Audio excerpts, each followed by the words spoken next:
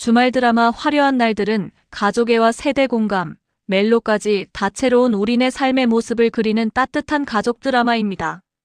그럼에도 무엇보다 재미를 더하는 이유는 각 인물들의 욕망 코드를 은밀하게 끌어내고 있어 잔잔한 호수 같지만은 않은 우리네 인생사의 굴곡을 보는 듯합니다. 평생 성실하게 일해 평범한 가정을 지켜온 상혁에게 큰 아들 지혁은 아버지같이 살고 싶지 않다고 고함칩니다. 아버지 상혁의 삶을 부정하는 모습을 보이며 가슴을 찢어놓는 아들, 그에 비하면 결혼으로 한 방에 인생 역전을 이루려는 딸 수비는 귀여울 정도입니다.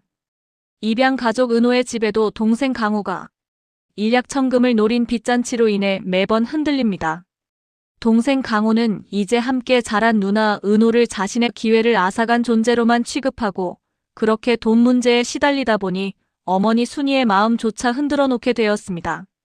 이렇게 한순간 은호의 삶이 무너지고 입양된 죄책감에 휩싸이는 게 다 돈이 원수라고 해야 할까요? 누구보다 욕망 코드를 가장 적나라하게 보여주는 박성희.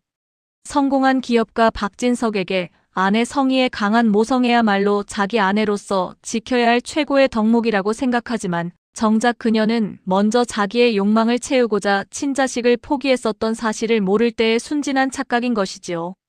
이제 그녀는 더 큰 욕망을 채우고자 친딸 은호를 찾게 되고 자기 편으로 만들기 위한 연기를 계획하고 있습니다.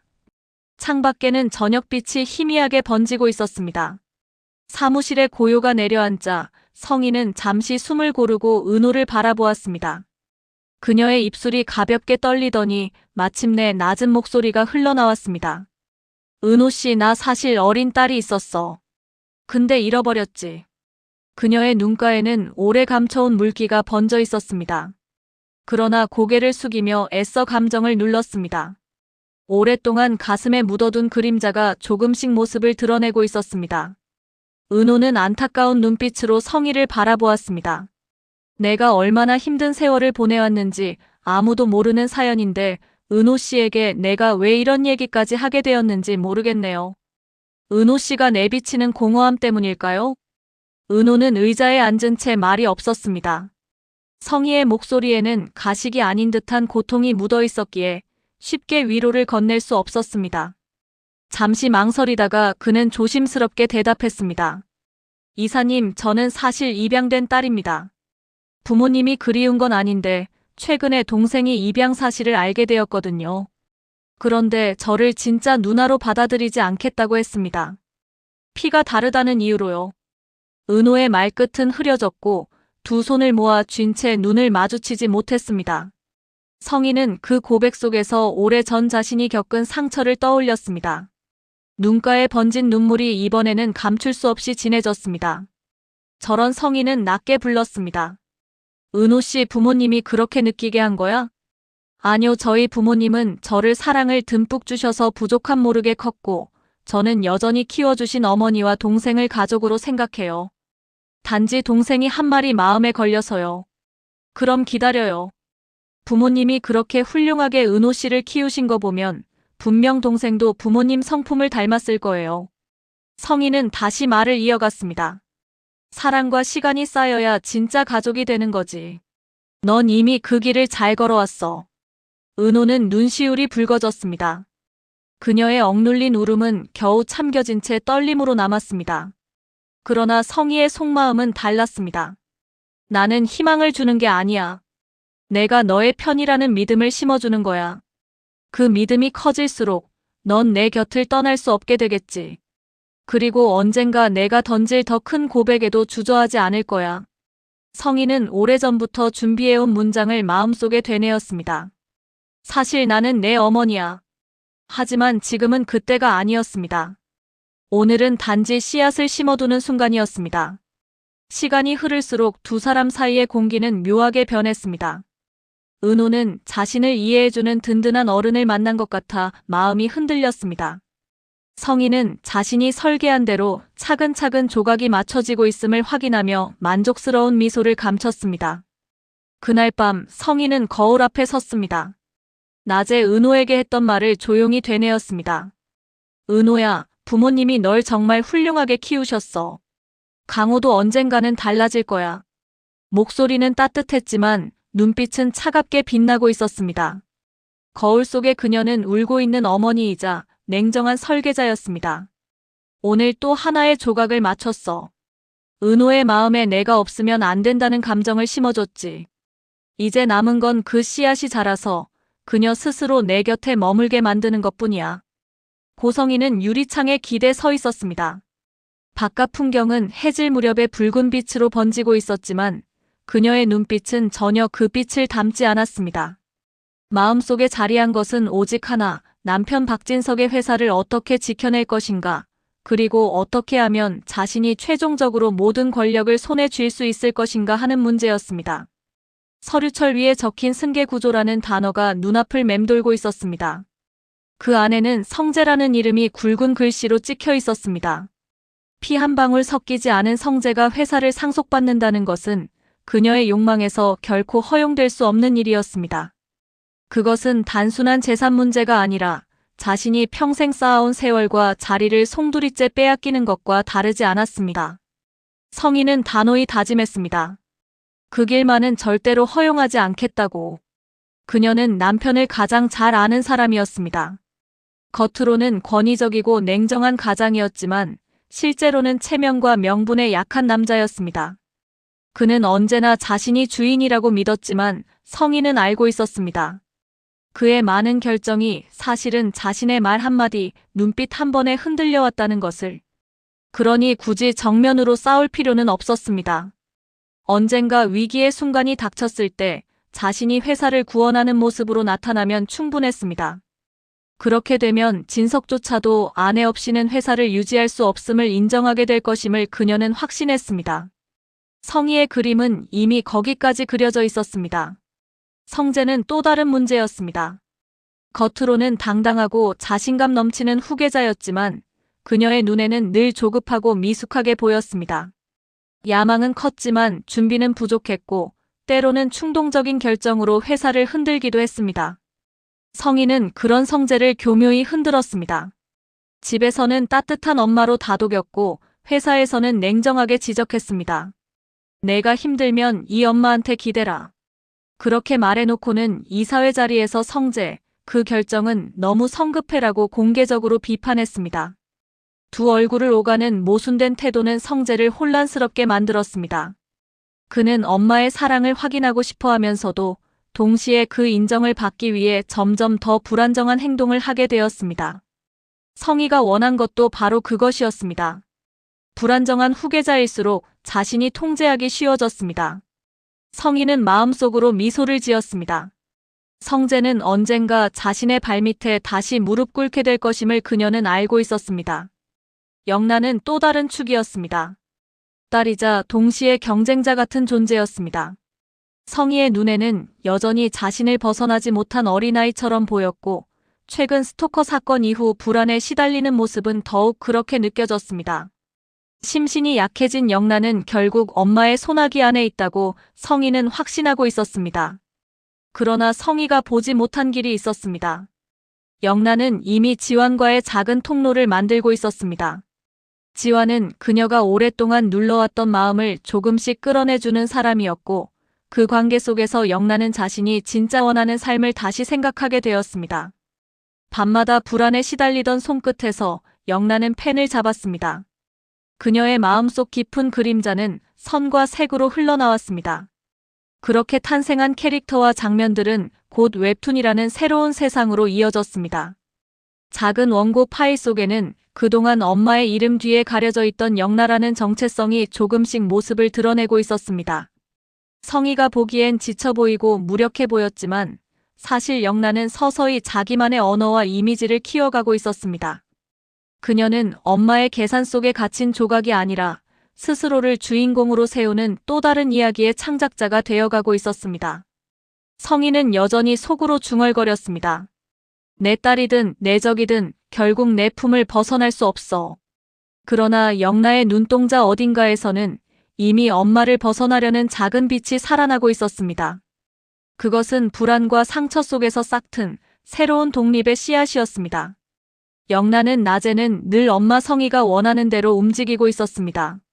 재벌 2세와의 저녁 약속, 명품으로 치장된 자리, 사진처럼 연출된 미소까지. 성희가 원하는 그림 속에서 영란은 고분고분한 딸의 역할을 충실히 수행했습니다. 엄마가 지켜보는 곳에서는 단 한 번도 벗어나지 않았습니다. 그러나 밤이 되면 그녀의 세계는 달라졌습니다. 집 안으로 돌아와 화려한 드레스를 벗어던지고 낡은 티셔츠로 갈아입은 순간 영란은 비로소 자신이 되는 듯 했습니다. 책상 위에 펼쳐진 스케치북에는 낮의 화려한 모습과는 전혀 다른 장면들이 그려져 있었습니다. 그림 속의 주인공은 화려한 무대가 아닌 좁은 골목길과 작은 카페에서 살아가는 평범한 인물들이었습니다. 영란은 그들을 세밀하게 그려내며 속삭였습니다. 이게 진짜 내가 원하는 삶이야. 지화는 그 비밀의 통로였습니다. 그는 영라의 습작을 처음부터 진지하게 봐주었고 단순한 취미가 아니라 가능성이라고 말해주었습니다. 너 이미 작가야. 이제는 보여줄 때가 된 거지. 지환의 말은 영라의 마음속 깊은 곳에 묻혀있던 불씨를 건드렸습니다. 낮에는 재벌 2세와 억지로 웃으며 차를 마시고 귀걸이가 잘 보이도록 고개를 기울이며 사진을 찍었습니다. 하지만 그 웃음 뒤편에서 영란은 자신이 그린 캐릭터의 대사를 떠올렸습니다. 나는 누구의 그림자도 아니야. 나는 내 이야기를 써내려갈 거야. 성희는 영라가 여전히 자신의 손아귀에 있다고 믿었습니다. 스토커 사건 이후 심신이 약해져 자신에게 기대고 있다고 착각했습니다. 하지만 영란은 몰래 웹툰 플랫폼에 원고를 투고했고 작은 반응들이 하나둘씩 모여들기 시작했습니다. 댓글 한 줄, 공감 버튼 하나가 그녀에게는 무엇보다 강한 응원이 되었습니다. 낮에는 엄마가 정해준 코스를 따라가며 이상적인 딸을 연기했지만 밤에는 자기 꿈을 그리며 진짜 나로 살아가고 있었습니다. 영란은 서서히 엄마의 그림자에서 빠져나올 준비를 하고 있었습니다. 그리고 그녀는 알았습니다. 언젠가 그날이 오면 자신이 엄마 앞에서 미소 지으며 말하게 될 것임을. 엄마, 전 이제 제 이야기로 살 겁니다. 고성희는 전시회 준비로 분주한 은호의 옆에서 늘 미소를 잃지 않았습니다. 캔버스를 들고 옮길 때마다 조심스럽게 손을 보태며 은호가 지쳐 보이면 따뜻한 차를 권했습니다. 은호는 차츰 이사님이라는 호칭 뒤에 숨은 성희의 온기를 느끼며 마음을 열어갔습니다. 서로의 비밀을 나눈 것 같은 묘한 친밀감은 성희가 의도한 대로 차곡차곡 쌓여가고 있었습니다. 성희는 만족했습니다. 그러나 동시에 마음 깊은 곳에서는 오래전 묻어둔 기억이 불쑥불쑥 고개를 들었습니다. 어린 날 버리고 온 딸. 다시는 마주하지 않으리라 다짐했건만 지금 눈앞에 서 있는 은호는 그 버린 기억이자 현재의 기회였습니다. 하지만 성희는 단순한 감정에 휘둘리는 여자가 아니었습니다. 그녀는 언제나 욕망과 계산으로 스스로를 단단히 다잡아온 사람이었습니다.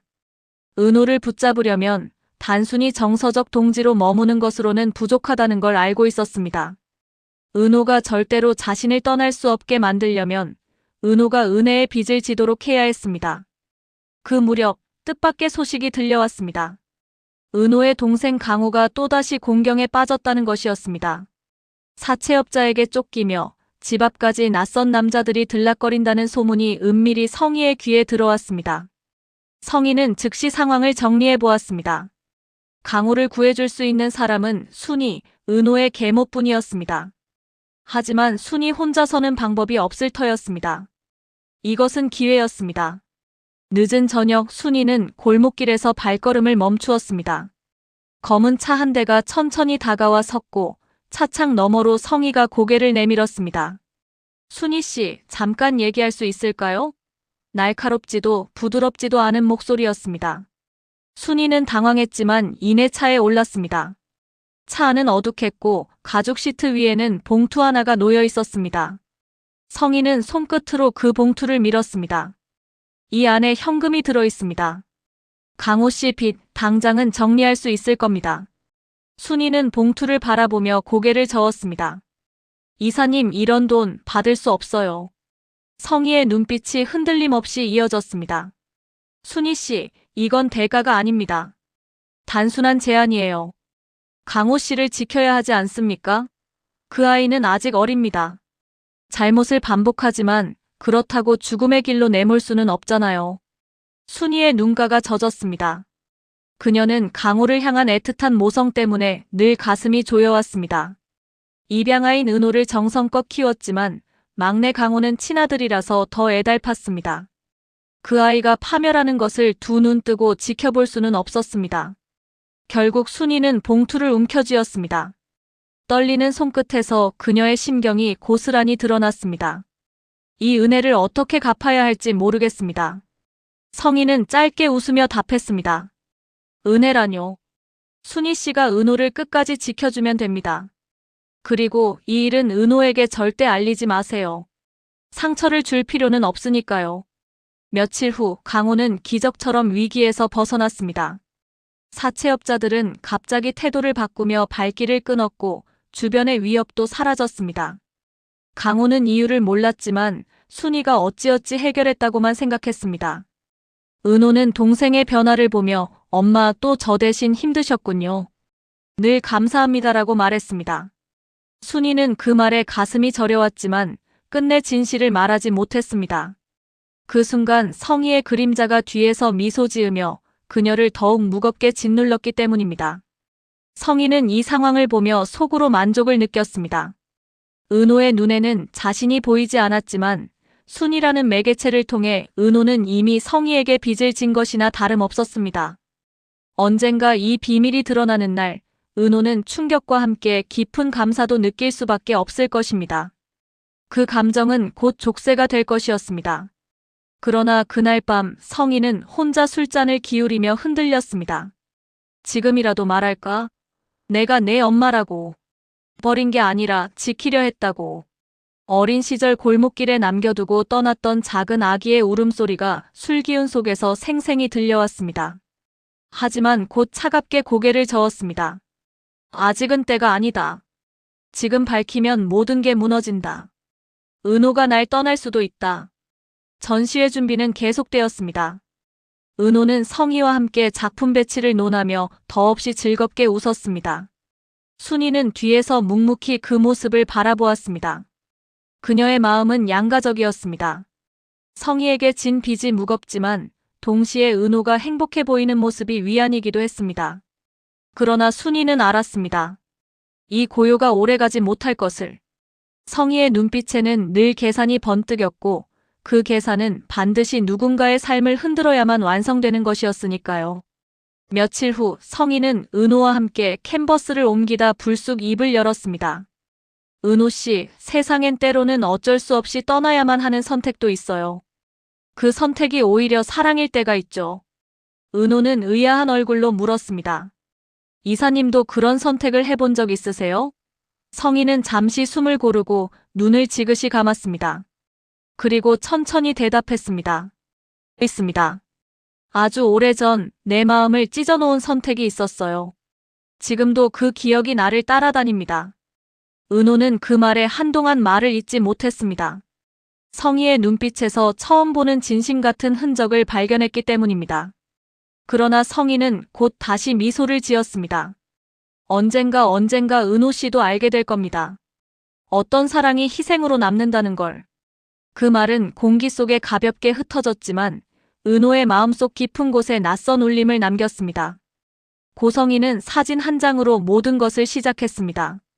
성재와 은호가 식당에서 나란히 서 있는 사진을 손에 쥔 채로 한참을 응시했는데 그 사진은 그저 두 사람의 다정한 순간을 포착한 스냅샷에 불과했지만 그녀에게는 치명적인 재료였습니다. 성희는 즉시 실행에 옮기기로 결심했습니다. 목적은 단 하나였습니다. 성재를 후계자 자리에서 몰아내는 일이며 그 과정에서 박진석의 의심과 불신을 키워 결정적 순간에 성재를 배제하는 것이었습니다. 우선 성희는 박진석의 일상에 미묘한 균열을 심기로 했습니다. 평소 남편이 신뢰하는 비서에게 우연히 들리도록 성재의 결정들이 회사에 리스크를 준다는 정보를 흘렸습니다. 성재가 최근에 프로젝트 예산을 너무 확장해서 재무부서에서 경고가 왔습니다라는 말은 구체적인 수치와 함께 비서의 귀에 떨어졌습니다. 비서는 이것을 진석에게 전했고 진석은 초기엔 믿기 어려워했지만 그 말이 반복되자 서서히 불안해하기 시작했습니다. 박성희의 손끝에서 흘러나온 영상은 치밀하게 연출된 그림자와도 같았습니다. 낮에 햇살 아래 찍힌 식당과 카페의 장면들이 사립탐정의 편집실을 거치자 마치 밤의 은밀한 시간 속에 감춰진 미래처럼 변모했습니다. 원본은 무해했으나 편집된 영상은 누가 보아도 의심을 품게 만들 만한 조합이었습니다. 성인은 그것을 조심스레 정리해 USB에 담고 짧은 메모와 함께 남편 진석의 집무실로 보냈습니다. 성재가 요즘 전시회 인테리어 담당자와 사귀고 있는 것 같아요. 이런 식으로 회사 일과 사생활이 뒤섞이면 곤란하지 않을까요? 짧고 건조한 문장이었다. 그러나 진석이 받아들인 순간 그 문장은 단순한 보고가 아니라 경고처럼 다가왔습니다. 진석은 처음엔 믿고 싶지 않았습니다. 그는 아들이 진지하게 만나는 사람이 있다면 우선 알아볼 필요가 있다고 생각했습니다. 그러나 상대가 회사 프로젝트에 직간접적으로 연결된 사람이라면 이야기는 달라졌습니다. 사랑은 사생활에서 끝나야 했습니다. 회사는 집안의 명운이 걸린 무대였고 개인의 감정이 흘러들 틈은 허용되지 않았습니다. 진석은 잠시 눈을 감고 생각했습니다. 비서가 전한 최근 보고, 재무부서에서 건네온 불안한 수치들, 그리고 성희가 보내온 영상이 한꺼번에 머릿속에서 중첩되었습니다. 작은 균열이 이미 눈앞에 드러난 듯 보였습니다. 그날 저녁 진석은 아들을 불러앉혔습니다. 서재의 조명이 낮게 드리워져 있었고 무거운 서류 더미가 테이블 위를 압도하고 있었습니다. 진석의 손가락은 느리게 탁자를 두드리고 있었고 성재는 그 리듬이 자신을 겨냥한 신문처럼 느껴졌습니다. 성재야. 아버지의 목소리는 낮았지만 무게가 실려 있었습니다. 요즘 무슨 일 있니? 회사 일에 소홀한 거 아니야? 성재는 순간 숨이 막혔습니다. 질문은 단순했으나 그 안에는 이미 답을 알고 있다는 듯한 함의가 깔려 있었습니다. 아버지, 은호 씨와는 그냥 친해진 사이일 뿐입니다. 성재는 진심을 담아 말했다. 그의 눈빛에는 억울함과 동시에 방어적인 떨림이 비쳤습니다. 그러나 진석의 귀에는 그 말이 도달하지 못했습니다. 아들의 목소리가 메아리치기도 전에 그의 머릿속에서는 다른 음성들이 크게 울리고 있었습니다. 최근 재무 흐름이 불안정합니다. 성재 전무가 현장에 자주 비우는 것 같습니다. 전시회 담당자와 지나치게 가까워 보입니다. 그리고 결정적으로 아내가 보낸 영상이 그 모든 소리에 기름을 부었습니다. 진석은 목을 가다듬으며 다시 물었습니다. 친하다. 성재야, 내가 그럴 나이라는 건 나도 안다. 하지만 내가 어떤 자리에 있는지 알아야 하지 않겠니? 내가 회사의 이름을 짊어지고 있는데 그런 사적인 관계가 섞이면 그건 치명적인 약점이 돼. 성재는 고개를 들고 아버지를 바라봤습니다. 그의 눈빛은 결연했으나 동시에 상처받은 듯 흔들리고 있었습니다. 아버지, 저는 제 일을 소홀히 하지 않았습니다. 은호 씨는 단지 저를 이해해주는 사람입니다. 프로젝트를 같이 하면서 자연스럽게 친해진 겁니다. 그 이상도 이하도 아닙니다. 하지만 진석의 표정은 굳어갔습니다. 그에게는 사실 여부보다 그 가능성만으로도 이미 충분히 문제였습니다. 회사의 후계자라는 자리에는 그림자조차 허용되지 않았습니다. 내가 아무리 부정해도 사람들의 눈은 다르게 본다.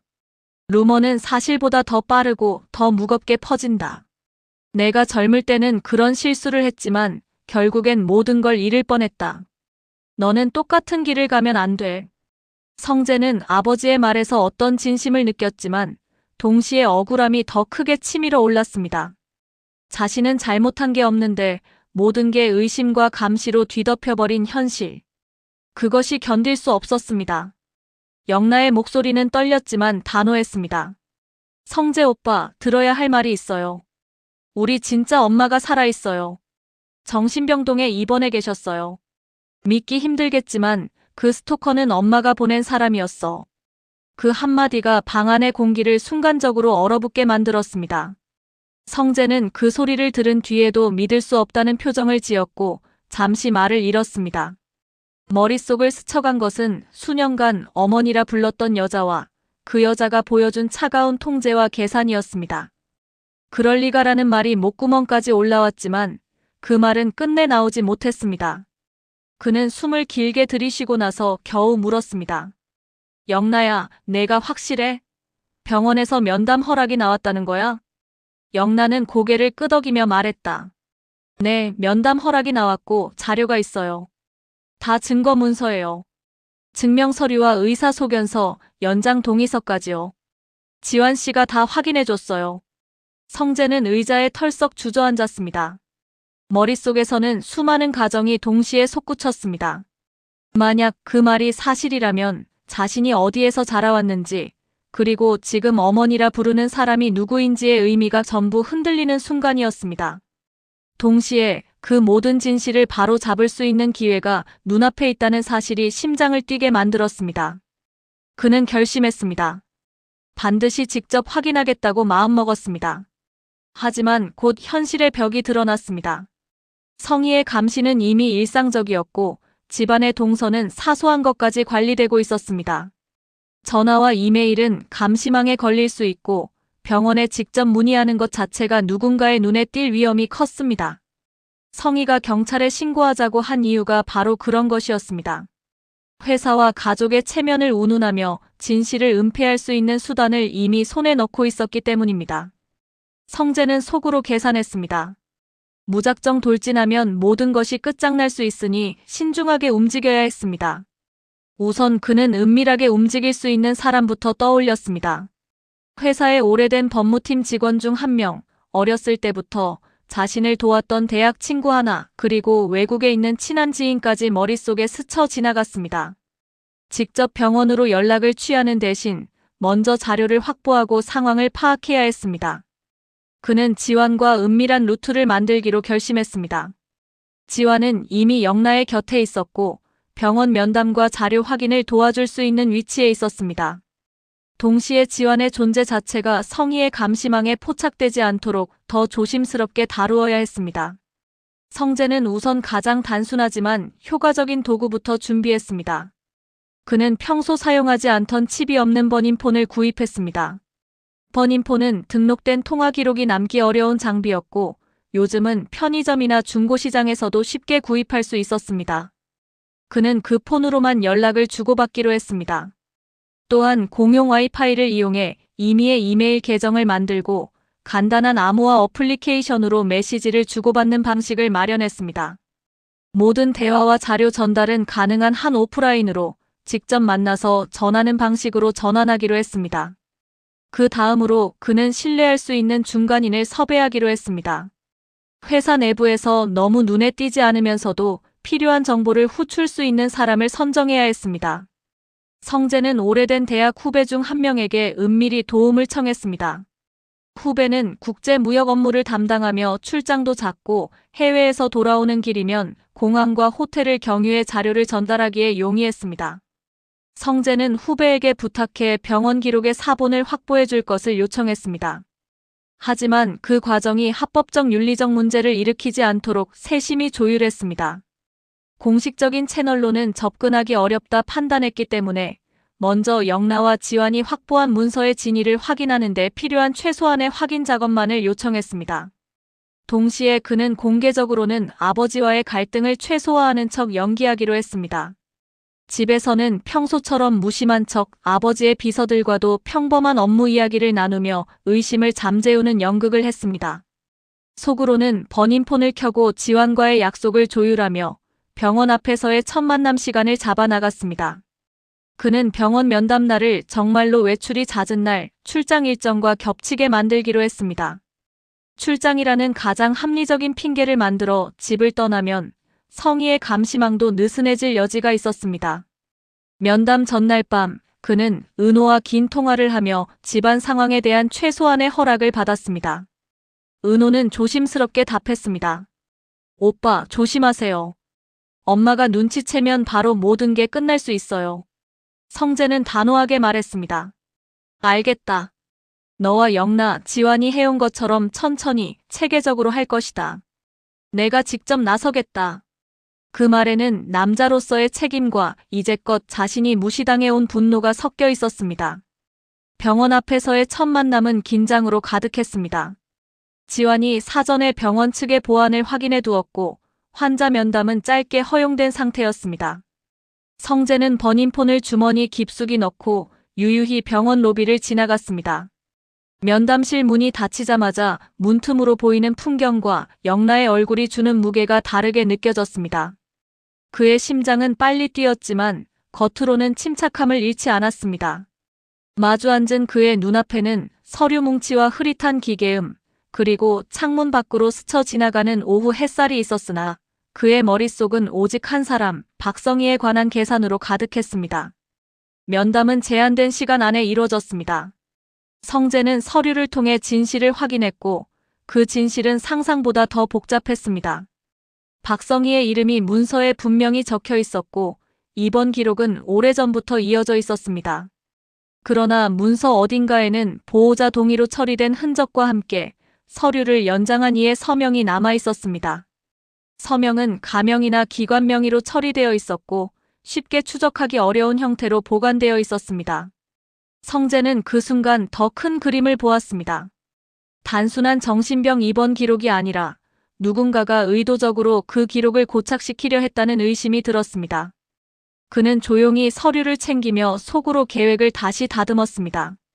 이제 필요한 것은 증거를 안전하게 확보하고 외부에 알리기보다는 내부적으로 진상을 바로잡을 수 있는 신뢰할 만한 법률 루트를 찾는 일이었습니다. 동시에 성희의 의심을 피하면서도 결정적 순간에 진실을 드러낼 수 있는 카드 몇 장을 마련해야 했습니다. 그는 병원에서 나와 차에 오르기 전 번인폰으로 지환에게 단문을 보냈습니다. 기본 확인 완료. 다음 단계 준비. 지환은 곧바로 답을 보냈습니다. 알겠습니다. 단계별로 진행하겠습니다. 그날 밤 성재는 불안과 각오가 뒤섞인 채로 집으로 돌아갔습니다. 표면적으로는 아무 일도 없었던 듯 식탁에 앉아 차분하게 가족 대화를 이어갔지만 그의 가슴 속에서는 조용한 전투가 시작된 상태였습니다. 진실은 이제 손에 들어왔고 그것을 어떻게 꺼내느냐가 관건이었습니다. 성희의 감시와 계산을 피하면서 진짜 어머니의 존재를 무사히 끌어낼 방도가 있을지, 그리고 그 과정에서 자신과 영란은 어떤 대가를 치러야 할지 그는 고민할 수밖에 없었습니다. 아버지의 신뢰를 한껏 받고 있는 계모 박성희는 이제 회사에서도 실권자로 등극한 상황이었고 아버지 박진석은 어떤 진실도 통하지 않을 만큼 십수년간 생모에 대한 미움과 증오를 키워왔습니다. 기억에는 없지만 어머니를 그리워하며 보낸 유년 시절, 그리고 미국 유학길에 올라 가족에 대한 결핍을 겪었던 사춘기를 보냈습니다. 여전히 아버지 회사에서 그저 쉬운 길, 무력한 세상에 표류하기만 했던 성재였습니다. 그런 성재는 침묵 속에서 스스로에게 다짐했습니다. 모든 것을 잃을지라도 너희를 지키겠다. 그리고 그의 눈빛은 이전보다 더 단호하게 빛났습니다.